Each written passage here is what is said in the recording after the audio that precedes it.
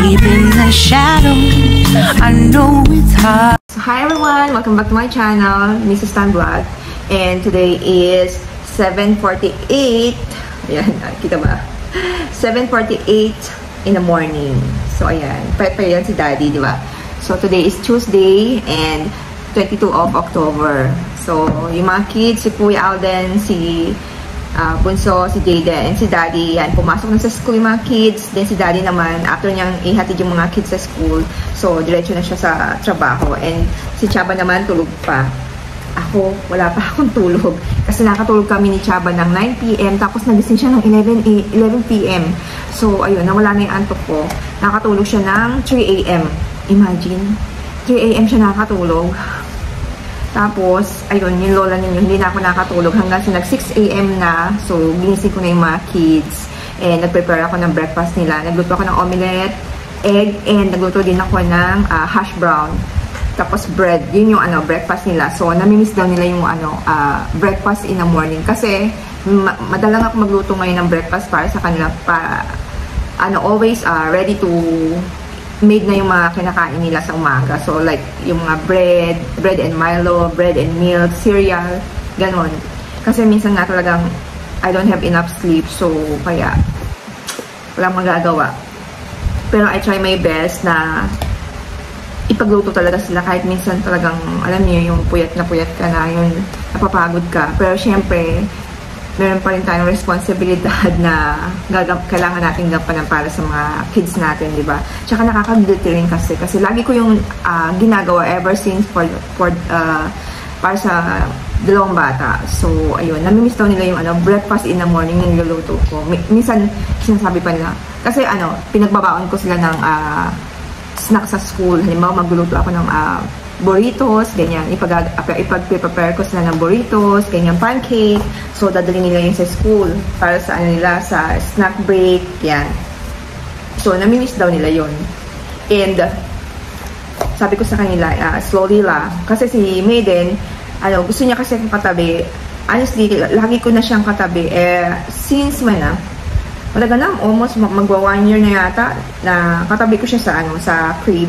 Malaki kasi yung crib ni Maiden. So, parang siya na yung katabi ko sa pagtulog. Kasi hindi siya pwede sa bed namin ni Daddy kasi mataas ang bed namin. So, mahuhulog siya doon. Kapag nahulog siya, magkakabukol siya. So, siya na yung co-sleeper ko. Hindi na si Daddy. Kaya minsan si Daddy sinasabi, ano ba yun? Pero sabi ko, slowly lang. And by the way guys, mag-unboxing ako ngayon. Meron akong product dito. Bagong product siya ng April Skin. So, ayan, i-unboxing natin ito ngayon. And, itatry ko din siya. So, 7 days daw siya. Magkakaroon na ng improvement yung face niya. Kasi, kung nakikita nyo, meron ako actually dito pinagbakatan ng pimples noon, teenager. So, ayan. Gusto ko siya maalis. You know? Obvious na obvious siya eh. Kung ano-ano yung ginamit ko dyan. Pero, nalasan naman na siya.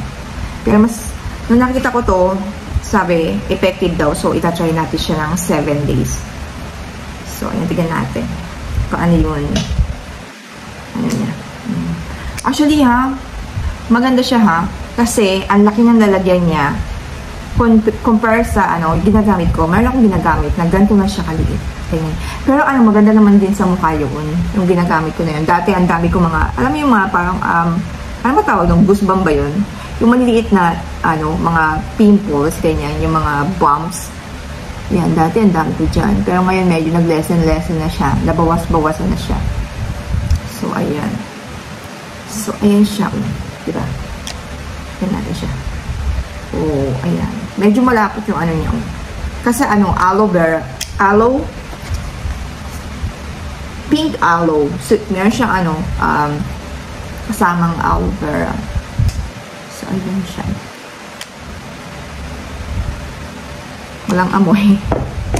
So, try natin sa kamay natin. Ayan. So, today is Tuesday. Ayan. Wala akong sa mukha. Naghilamos na ako. So, try natin siya. Okay naman siya.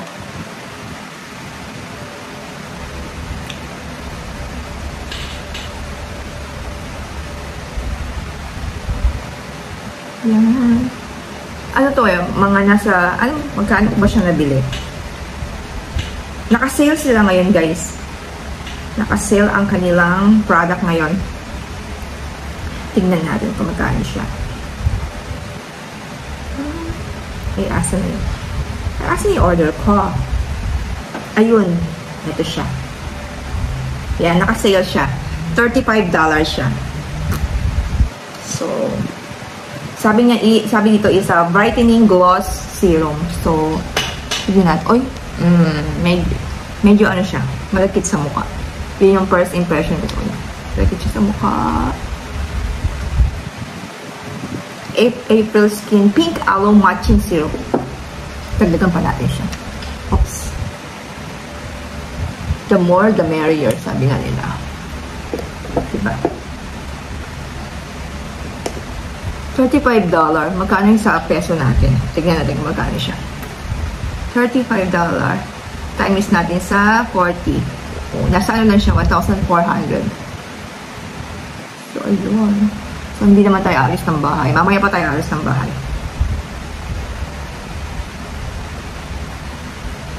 Ito, try mo natin siya.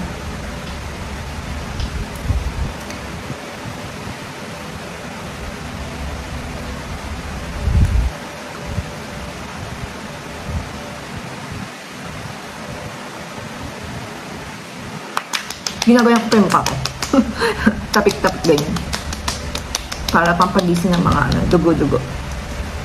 Yung isang araw, linggo ba yun? Oo, linggo. Napunta kami ni Daddy ng Silita Mall. And then, nagawi kami sa Green Party. Tapos, kinikilig ako. Alam niyo bakit? Kasi, binili ni Daddy yung gusto kong bilhin. Hindi siya labubu ha. Yung iba, gustong-gustong labubu. Ako, hindi ako mahilig sa labubu. Pero gusto ko to. Ayan. Ito naman dito ko gandang-ganda. Yan, i-unboxing natin siya. Yan. Ay, wait ha. Unboxing natin siya, guys. Nakita ko sa inyo kung ano to. Uy, ayan. Actually, binuksan ko na pala to. Nung binili namin. Pero hindi ko pa siya masyadong natignan. Masyado. Yan. Binuksan ko siya kasi yung kahon niya din. And ito, kumbaga yung, hindi mo mapipili yung gusto mo. Ganon. Kumbaga ano ba ang tawag doon? Surprise box. Ganon ba yun? Yung ba yung tawag doon? Yun. Yan. So, ito kasi yung ano yung nakuha namin. Ang ganda na to, promise. Worth it yung pera. Mas maganda pa to sa labubu.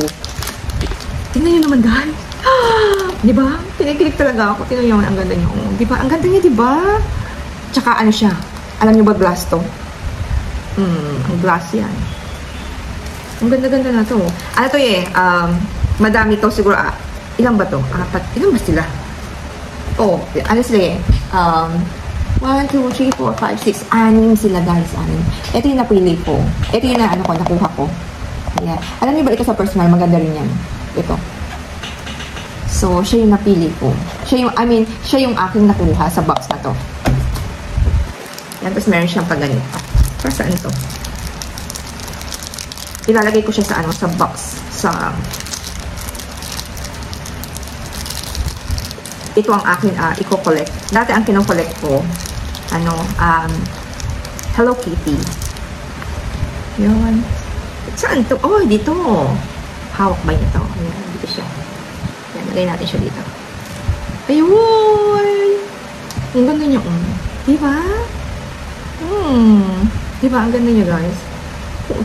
Ilalagay ko to sa kwarto namin kasi pag sa study room ko to nilagay, baka mabagsak. Naku, Diyos ka! Ang ganda na to, guys. Ayun naman. Ang cute na to sa personal. Makikita niyo siya sa personal. Ang ganda-ganda niya. Diba? Ayun, tapos may shoes pa siya.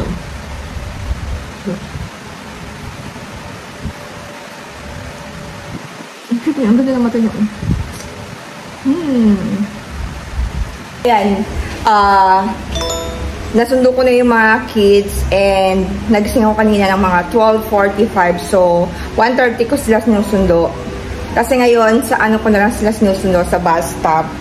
And yung lunch na ginawa ko sa kanila, eto, pakita ko sa inyo.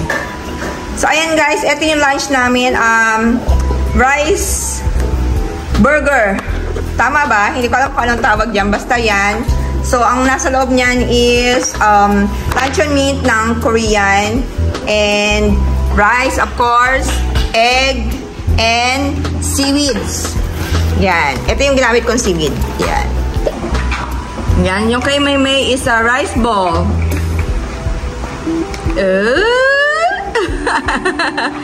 Is it masarap? Nice! Yan. Nagustuhan naman niya, guys. So, yan. Nagagawa din si Kuya Jaden ng sa kanya. So, bahala na sa kung anong gusto nilang gawin dyan. Kaya yung ginagawa niya. Sige, press mo. Kaya mo yan. You can do it. Ayun.